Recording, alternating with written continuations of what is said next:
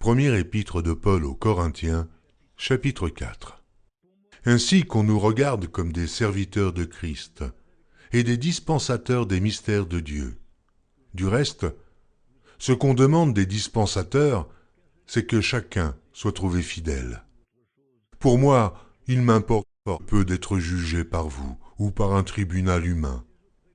Je ne me juge pas non plus moi-même, car je ne me sens coupable de rien. Mais ce n'est pas pour cela que je suis justifié. Celui qui me juge, c'est le Seigneur. C'est pourquoi ne jugez de rien avant le temps, jusqu'à ce que vienne le Seigneur, qui mettra en lumière ce qui est caché dans les ténèbres, et qui manifestera les desseins des cœurs. Alors, chacun recevra de Dieu la louange qui lui sera due. C'est à cause de vous, frères, que j'ai fait de ces choses une application à ma personne et à celle d'Apollos, afin que vous appreniez, en nos personnes, à ne pas aller au-delà de ce qui est écrit, et que nul de vous ne conçoive de l'orgueil en faveur de l'un contre l'autre. Car qui est-ce qui te distingue? Qu'as-tu que tu n'aies reçu? Et si tu l'as reçu, pourquoi te glorifies-tu comme si tu ne l'avais pas reçu? Déjà, vous êtes rassasiés. Déjà, vous êtes riches. Sans nous, vous avez commencé à régner. Et puissiez-vous régner en effet, afin que nous aussi, nous régnions avec vous.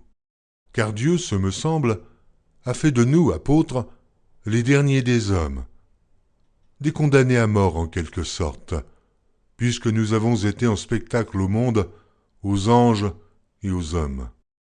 Nous sommes fous à cause de Christ, mais vous êtes sages en Christ. Nous sommes faibles, mais vous êtes forts. Vous êtes honorés, et nous sommes méprisés.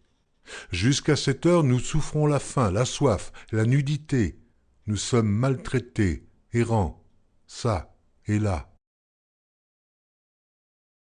Nous nous fatiguons à travailler de nos propres mains. Injuriés, nous bénissons. Persécutés, nous supportons. Calomniés, nous parlons avec bonté.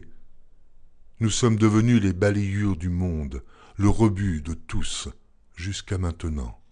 Ce n'est pas pour vous faire honte que j'écris ces choses, mais je vous avertis, comme mes enfants bien-aimés. Car quand vous auriez 10 000 maîtres en Christ, vous n'avez cependant pas plusieurs pères, puisque c'est moi qui vous ai engendré en Jésus-Christ par l'Évangile. Je vous en conjure donc, soyez mes imitateurs. Pour cela, je vous ai envoyé Timothée, qui est mon enfant bien-aimé et fidèle dans le Seigneur. Il vous rappellera quelles sont mes voies en Christ, quelle est la manière dont j'enseigne partout, dans toutes les églises. Quelques-uns se sont enflés d'orgueil, comme si je ne devais pas aller chez vous. Mais j'irai bientôt chez vous, si c'est la volonté du Seigneur, et je connaîtrai, non les paroles, mais la puissance de ceux qui se sont enflés. Car le royaume de Dieu ne consiste pas en paroles, mais en puissance.